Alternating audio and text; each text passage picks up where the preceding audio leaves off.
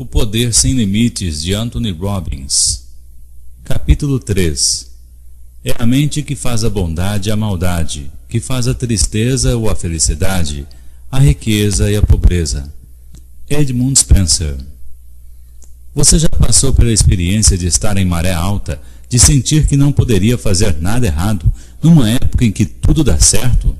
Talvez seja uma partida de tênis quando toda a raquetada acerta a linha, ou numa reunião de negócios onde você tem todas as respostas. Talvez seja uma ocasião quando fica espantado ao se ver fazendo alguma coisa heróica ou dramática que nunca pensou que pudesse fazer antes. Provavelmente já passou também pela experiência oposta, num dia em que nada dá certo. Com certeza você pode se lembrar de ocasiões em que confundiu as coisas que em geral fazia com facilidade. Quando todo passo está errado, cada porta trancada, quando tudo que tenta não dá certo. O que acontece? Você é a mesma pessoa, deveria ter os mesmos recursos à sua disposição. Então por que consegue resultados desanimadores uma hora e resultados fabulosos em outra? Por que é que mesmo os melhores atletas têm dias em que fazem tudo certo e em seguida dias que não conseguem encestar uma bola ou marcar um ponto? A diferença é o estado neurofisiológico em questão. Há estados que habilitam, que dão confiança, amor, força interior, alegria, êxtase, crença, e deixam sair grandes mananciais de poder pessoal. E há estados paralisantes, de confusão, depressão, medo, ansiedade, tristeza, frustração, e que nos deixam sem poder. Todos nós entramos e saímos de bons e maus estados. Já foi a um restaurante onde a garçonete resmunga: o que vai querer? É possível que tenha uma vida tão difícil que a deixa sempre assim. É mais provável que tenha tido um mau dia atendendo a muitas mesas, talvez alguns até foram duros com ela, que não é uma pessoa má, mas que está em um terrível estado de embaraço, tendo um mau dia. Se você puder mudar seu estado, mudará seu comportamento. Entender estados é a chave para entender mudanças e conseguir a excelência. Nosso comportamento é o resultado do estado em que estamos. Sempre fazemos o melhor que podemos com os recursos de que dispomos, mas algumas vezes nos encontramos em estados sem recursos. Sei que houve épocas em minha vida quando, dentro de determinado estado, fiz ou disse coisas das quais mais tarde me arrependi ou de que me envergonhei. Talvez você também já tenha passado por isso. É importante lembrar dessas ocasiões quando alguém nos trata com pouco causa. Assim você cria um sentimento de compaixão em vez de raiva. Afinal, aqueles que vivem em casas de vidro não devem atirar pedras nas casas dos outros. Lembre-se, a garçonete, entre outras pessoas, não sabem que tem controle sobre seus estados e sobre seus comportamentos. A chave, então, é tomar conta de nossos estados e, assim, de nossos comportamentos.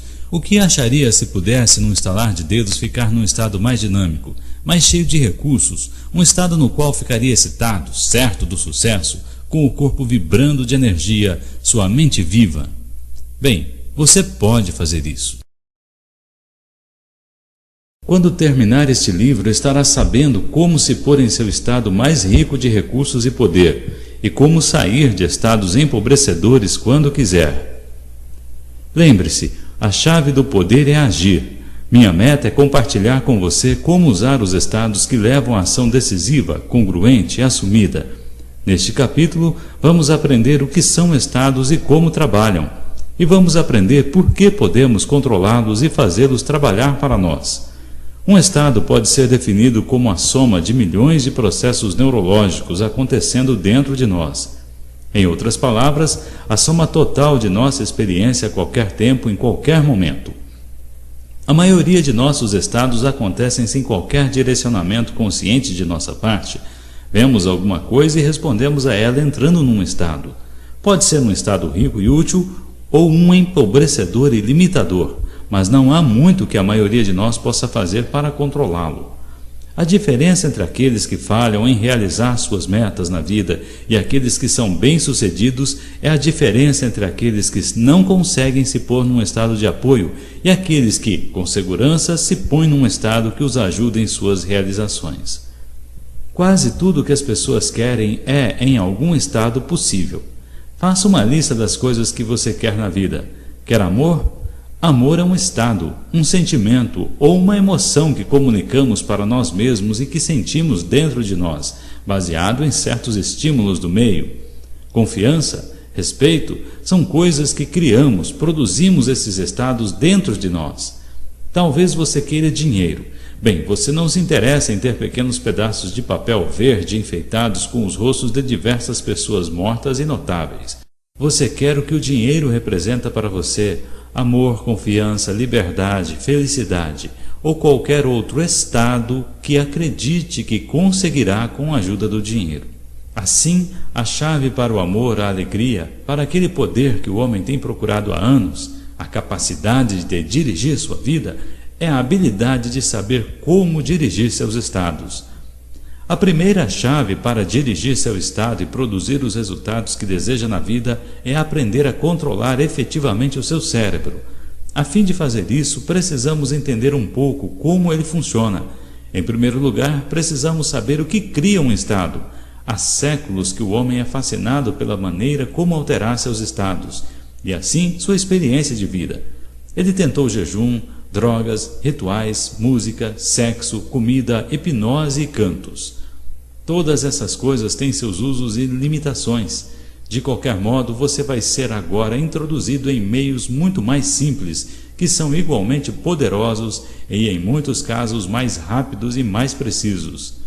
Se todo comportamento é o resultado do estado em que estamos, poderemos conseguir diferentes comportamentos e comunicações quando estivermos em estados de muitos recursos, o que não acontecerá se estivermos em estados pobres de recursos. Então a próxima pergunta é: o que cria o estado em que estamos? Existem dois componentes principais do estado. O primeiro é a nossa representação interna, o segundo é a condição e o uso de nossa fisiologia. O que e como você imagina as coisas, assim como o que e como diz as coisas para si mesmo sobre a situação do momento, criam o estado em que fica e, assim, as espécies de comportamento que produz.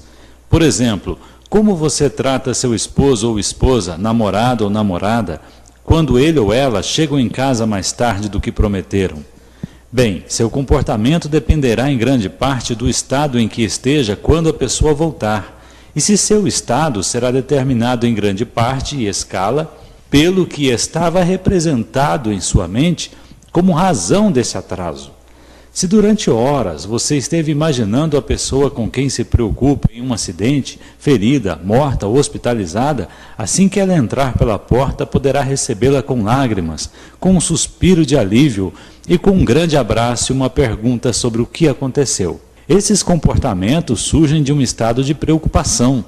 No entanto, se imaginou a pessoa amada tendo um caso clandestino ou ficou repetindo para si mesmo que ela só está atrasada ou ele está atrasado porque não se preocupa com seu tempo ou sentimentos, então quando a pessoa amada chegar em casa, você lhe dará recepção bastante diferente como resultado de seu estado.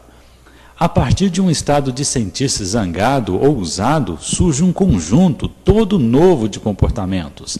A pergunta seguinte é óbvia: o que fez uma pessoa representar coisas a partir de um estado de preocupação, enquanto outras criam representações internas que as põem num estado de desconfiança ou raiva? Bem, há vários fatores. Nós podemos ter copiado as reações de nossos pais ou de outro modelo para tais experiências. Se, por exemplo, quando era uma criança, sua mãe sempre se preocupava quando seu pai chegava tarde em casa, você pode também representar as coisas de forma a se preocupar. Se sua mãe falava que não podia confiar em seu pai, você pode ter copiado esse padrão também. Assim, nossas crenças, atitudes e valores, experiências passadas, com uma pessoa em particular, tudo isso afeta as espécies de representações que faremos sobre seus comportamentos.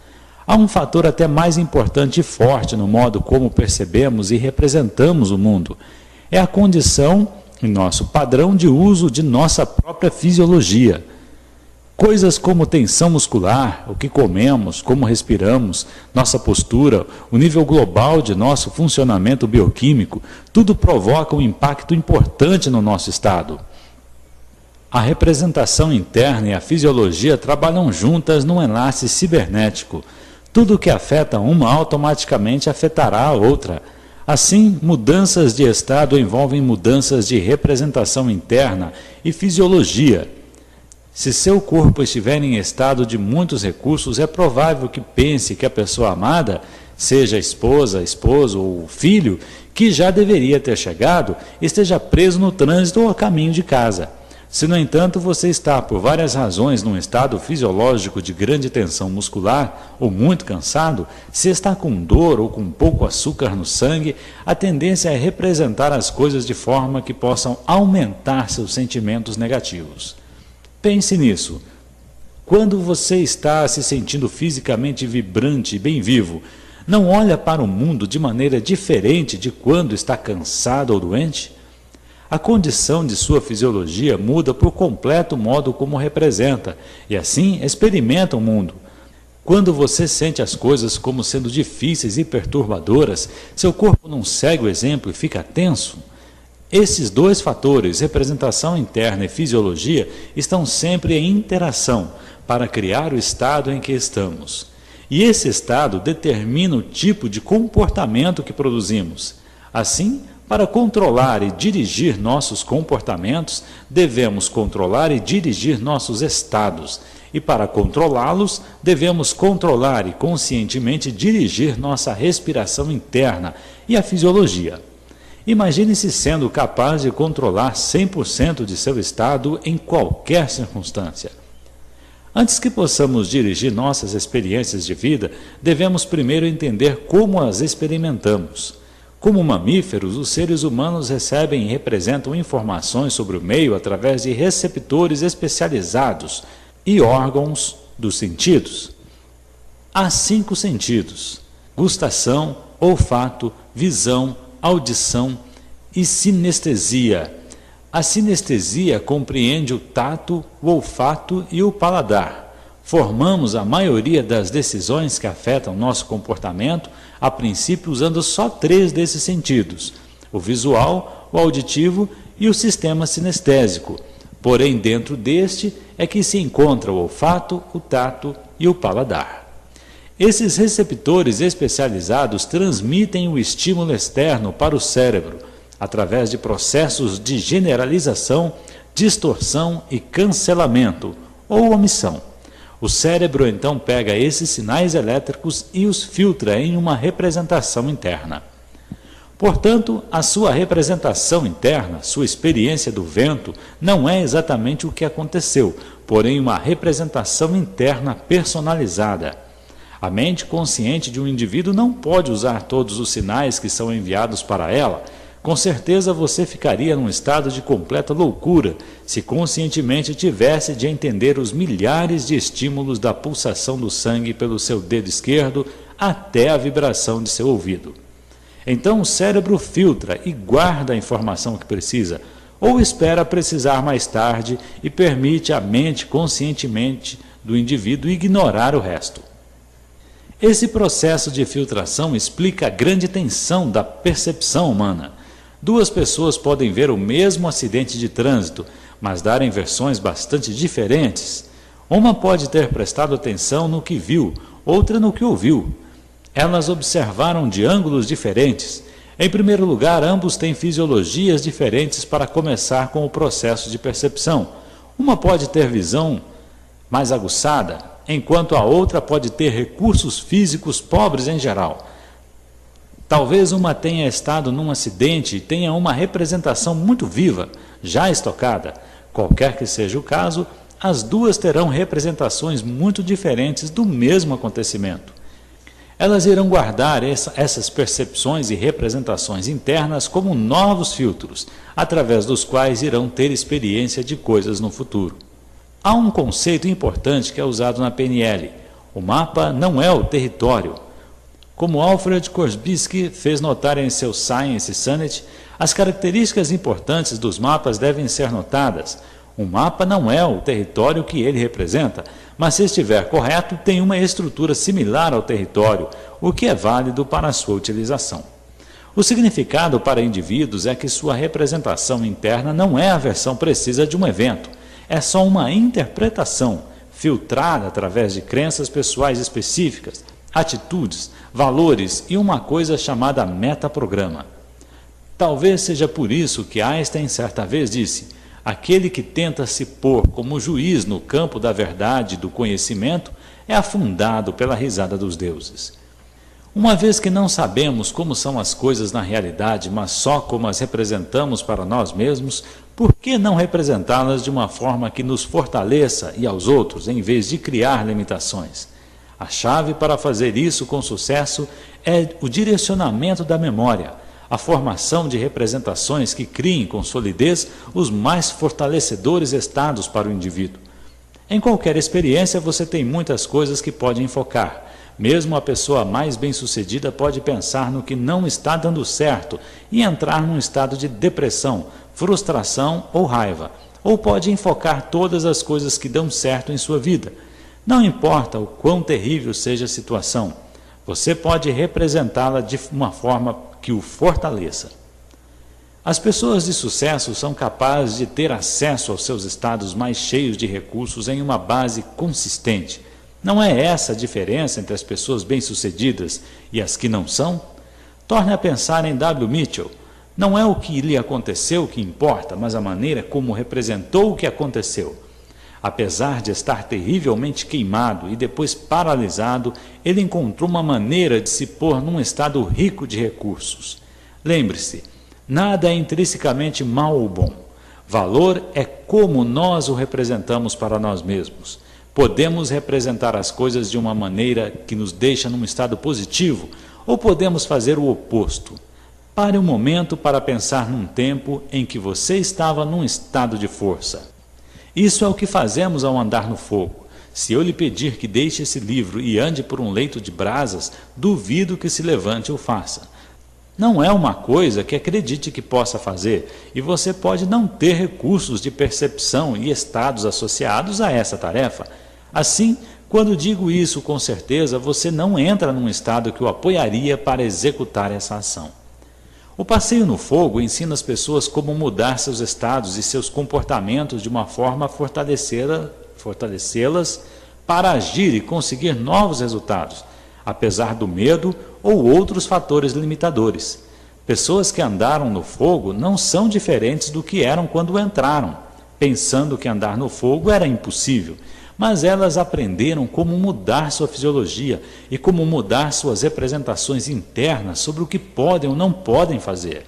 Assim, o andar no fogo é transformado de algo de terrível numa coisa que sabem que poderão fazer.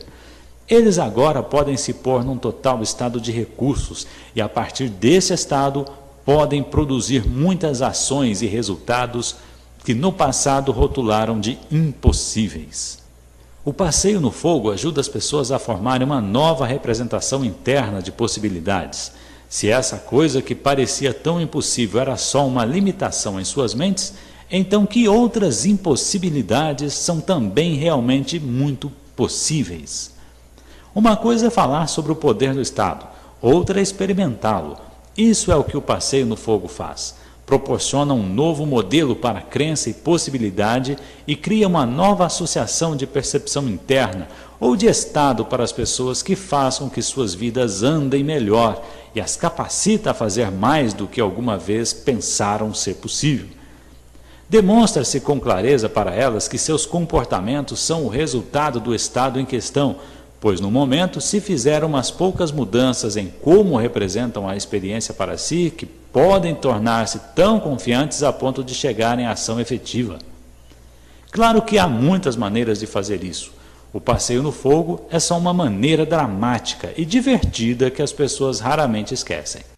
A chave para produzir os resultados que deseja, então, é representar coisas para si de uma maneira e pôr você em tal estado de recursos que fique fortalecido para praticar os tipos e qualidades de ação que criam o desejado resultado. Fracassar nisso também significará fracassar até mesmo na tentativa de fazer o que deseja. Se lhe digo, vamos andar no fogo, o estímulo que produzo para você em palavras e linguagem corporal vai para seu cérebro, onde você forma uma representação. Se imaginar pessoas com argola nos narizes, tomando parte em algum ritual impressionante ou pessoas queimando em postes, não ficará em muito bom estado. Se formar a representação de você mesmo se queimando, pior ainda será seu estado. No entanto, se imaginasse pessoas batendo palmas, dançando e festejando juntas, se visse uma cena de total alegria e excitação, você ficaria num estado bem diferente. Se visse andando com saúde e alegria e dissesse, sim, posso fazer isso com certeza, e movesse seu corpo como se estivesse totalmente confiante, então esses sinais neurológicos o colocariam num estado onde poderia muito bem agir e andar.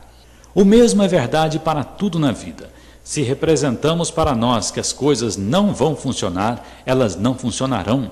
Se formarmos uma representação que as coisas funcionarão, então criamos os resultados, criamos os recursos internos que precisamos para conseguir o estado que nos apoiará na produção de resultados positivos.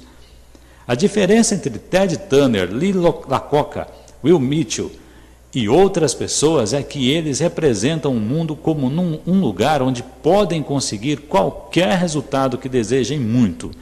É óbvio que mesmo no melhor estado, nem sempre conseguimos os resultados que desejamos, mas quando criamos o estado apropriado, criamos as maiores chances possíveis para usarmos todos os nossos recursos efetivamente. A pergunta lógica seguinte é: se a fisiologia e as representações internas trabalham juntas para criar o estado do que emergem os comportamentos, o que determina a específica espécie de comportamentos que produzimos quando estamos nesse estado? Uma pessoa num estado de amor a abraçará, enquanto outra só dirá que a ama. A resposta é: quando entramos em um estado, nosso cérebro tem acesso, então, a possíveis escolhas de comportamento.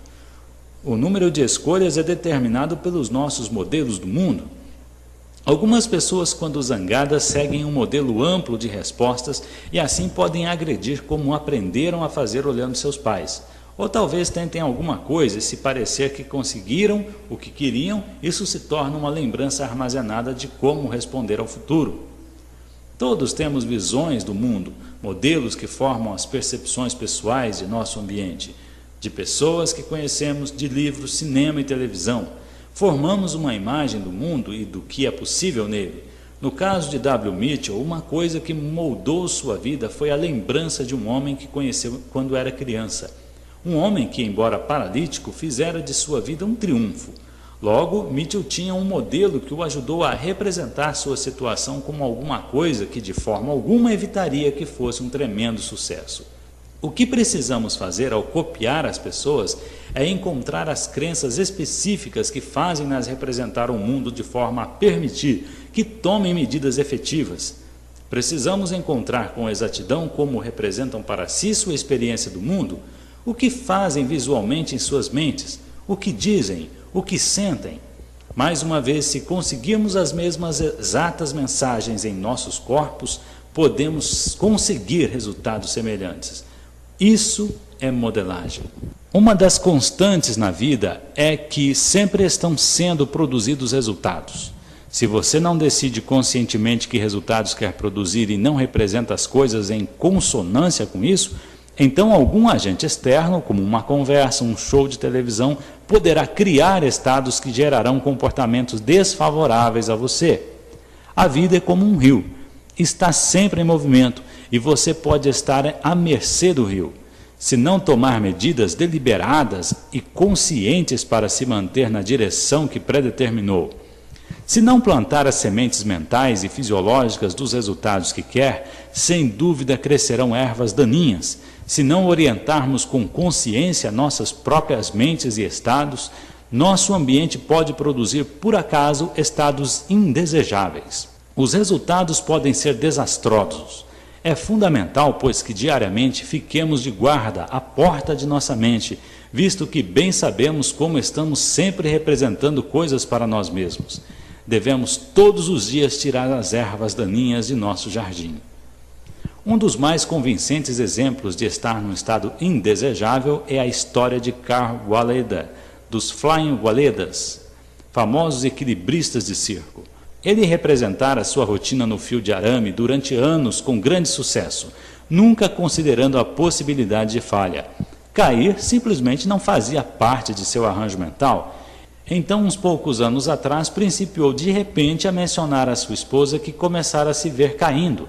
Pela primeira vez, começava concretamente a se dar a representação de queda. 3 meses depois de ter pela primeira vez falado sobre isso, caiu e morreu. Algumas pessoas diriam que tivera uma premonição. Outro ponto de vista é que deu a seu sistema nervoso uma representação coerente, um aviso que o deixou num estado que apoiou o comportamento de queda. Ele criou o resultado. Deu ao seu cérebro um novo caminho para seguir e, por fim, foi o que ele fez. É por isso que é tão decisivo na vida focalizar o que queremos em oposição ao que não queremos. Se você está sempre focalizando todas as coisas más da vida, tudo o que não quer ou todos os possíveis problemas, você se põe num estado que apoia esses tipos de comportamentos e resultados. Por exemplo, você é uma pessoa ciumenta? Não, não é. No passado, você pode ter produzido estados de ciúme e os tipos de comportamento que surgem dele. No entanto, seu comportamento não se confunde com você. Fazendo esses tipos de generalizações sobre si mesmo, você cria uma crença que governará e dirigirá suas ações no futuro. Lembre-se, seu comportamento é resultado de seu estado, e seu estado é o resultado de suas representações internas e sua fisiologia, as quais você pode mudar em questão de momentos. Se no passado você foi ciumento, isso só significa que representou coisas de forma tal a criar esse estado. Agora você pode representar coisas de uma nova maneira e produzir novos resultados e seus respectivos comportamentos. Lembre-se, sempre temos uma escolha de como representar as coisas para nós mesmos. Se você representar que a pessoa que ama o está enganando, logo se encontrará num estado de fúria e raiva. Guarde na memória, você não tem prova que isso é verdade, mas experimente-o em seu corpo como se fosse. Assim, quando a pessoa que ama chegar em casa, estará desconfiado e zangado. Nesse estado, como trata a pessoa que ama? Em geral, não muito bem. Você pode agredi-la e atacá-la com palavras, ou só sentir-se muito mal internamente e criar algum outro comportamento de represália mais tarde. Lembre-se, a pessoa que você ama pode não ter feito nada, mas a espécie de comportamento que você produziu a partir de tal estado talvez faça com que ela queira estar com alguma outra pessoa. Se você é ciumento, você cria esse estado. Você pode mudar as cenas negativas para imagens de seu amado tendo dificuldades para voltar para casa. Esse novo processo de encenação deixará você num estado tal que quando essa pessoa chegar em casa, você se comportará de um jeito que o fará sentir-se querido e assim aumentará seu desejo de estar com você. Poderá haver ocasiões em que a pessoa amada estará na realidade fazendo aquilo que você imaginou. Porém, por que gastar tanta emoção até ter certeza? A maioria das vezes é pouco provável que seja verdade, e no entanto você criou todas as espécies de dores para ambos. E para quê? Toda ação é antecedida por um pensamento. Ralph W. Emerson. Se controlamos nossas comunicações dentro de nós e produzimos sinais visuais, auditivos e sinestésicos do que queremos, consequentemente podem ser produzidos resultados positivos relevantes, mesmo em situações em que as possibilidades de sucesso parecem limitadas ou inexistentes. Os mais poderosos e efetivos gerentes, treinadores, pais e motivadores são aqueles que podem representar as circunstâncias da vida para si e para os outros, de uma forma que assinale sucesso para o sistema nervoso, apesar dos estímulos externos aparentemente sem interesse. Eles se mantêm e aos outros num estado de total desembaraço, a fim de poderem continuar a tomar medidas até serem bem-sucedidos. Com certeza você já ouviu falar de Mel Fisher. É um homem que por 17 anos procurou um tesouro enterrado no mar e acabou descobrindo barras de ouro e prata valendo cerca de $400 mil. Num artigo que li a respeito dele, perguntaram a um dos membros da tripulação por que Mel Fisher havia se empenhado por tanto tempo. Respondeu que Mel tinha a habilidade de manter a todos excitados. Todos os dias Fischer dizia para si e para a tripulação: hoje é o dia, é no fim do dia, amanhã é o dia. Mas só dizer isso não era suficiente. Também dizia isso em harmonia com seu tom de voz, as imagens de sua mente e seus sentimentos. Todos os dias ele se punha num estado tal que pudesse continuar a tomar medidas até ser bem-sucedido. Ele é um exemplo clássico da fórmula do sucesso final. Conhecia seu objetivo, tomou medidas, aprendeu o que dava certo e, se não dava, tentava outra coisa até ser bem-sucedido. Um dos melhores motivadores que conheço é Dick Tomey Trevisan, chefe de futebol da Universidade do Havaí. Ele realmente entende como as representações internas das pessoas afetam seus desempenhos. Certa vez, num jogo contra a Universidade de Wyoming, seu time estava sendo empurrado por todo o campo. No intervalo, a contagem era 22-0 e seu time não parecia estar no mesmo campo que o Wyoming. Você pode imaginar em que espécie de estado os jogadores dele estavam quando se reuniram no vestiário na hora do intervalo. Ele observou os jogadores cabisbaixos, expressões desanimadas e percebeu que, a menos que mudasse seus estados, estariam perdidos no segundo tempo. Pela fisiologia em que estavam, cairiam na armadilha de sentirem-se como fracassados e, a partir desse estado, não teriam os recursos para vencerem.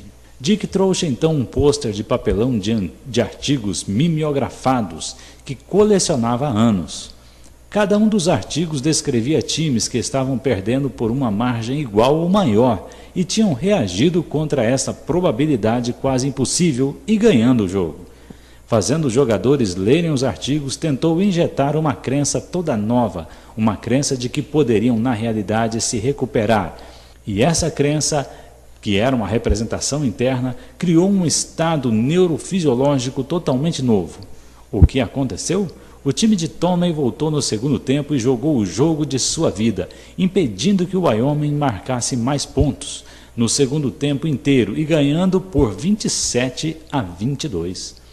Fizeram isso porque ele foi capaz de mudar as representações internas deles, suas crenças sobre o que era possível. Há pouco tempo eu estava num avião com Ken Blanchard, coautor de The One Minute Manager. Ele tinha acabado de escrever um artigo para Golf Digest intitulado The One Minute Golfer.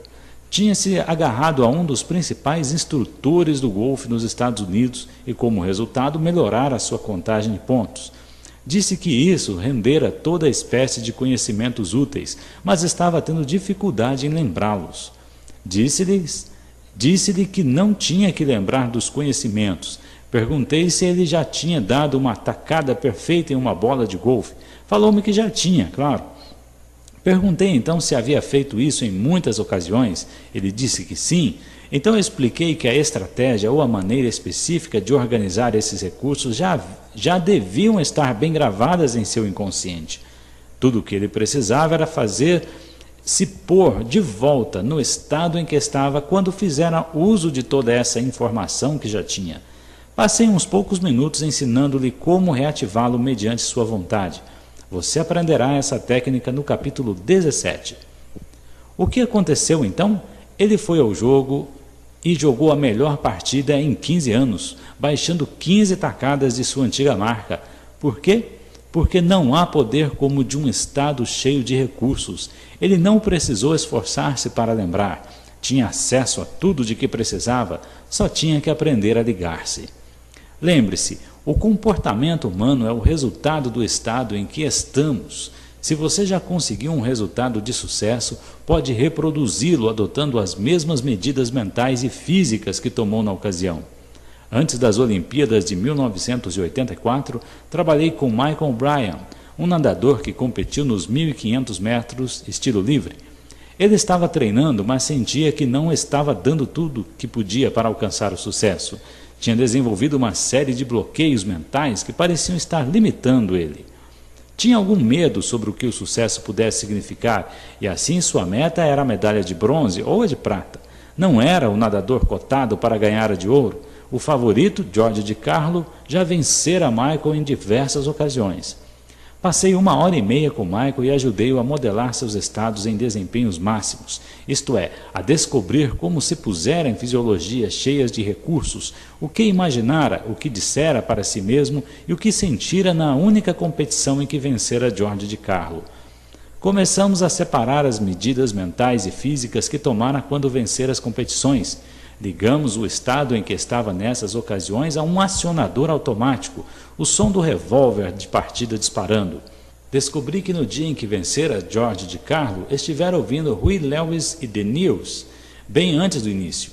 Assim, no dia das finais das Olimpíadas, ele repetiu as mesmas coisas, as mesmas ações que fizera no dia em que vencera, e até ouviu Huey Lewis momentos antes. Venceu George de Carlo e ganhou a medalha de ouro por 6 segundos cravados. Você já assistiu ao filme The Killing Fields, ou Os Gritos do Silêncio, em tradução em português?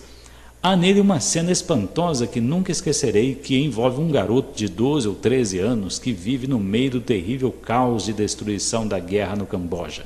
Em certo ponto, em total frustração, ele pega uma metralhadora e simplesmente acaba com alguém. Pode no mundo um garoto de 12 anos de idade chegar ao ponto de fazer uma coisa como essa? Bem, 2 coisas acontecem. A primeira é que ele é tão frustrado que entrou num estado em que sua personalidade ficou ligada a abismos de violência. A segunda é que ele vive numa cultura tão permeada de guerra e destruição que pegar uma metralhadora parece uma resposta apropriada. Ele viu outros fazerem isso e fez o mesmo. É uma terrível cena negativa. Tentei concentrar-me nos estados mais positivos, mas é um dramático lembrete de como podemos fazer coisas num estado bom ou mau que nunca fizemos em outro estado. Estou enfatizando isso mais e mais a fim de que fique bem entranhado em você. A espécie de comportamento que as pessoas produzem é o resultado do estado em que elas estão. Como respondem especificamente a partir desse estado é baseado nos seus modelos de mundo, isto é, suas estratégias neurológicas armazenadas. Eu não poderia ter feito Michael O'Brien ganhar a medalha de ouro nas Olimpíadas.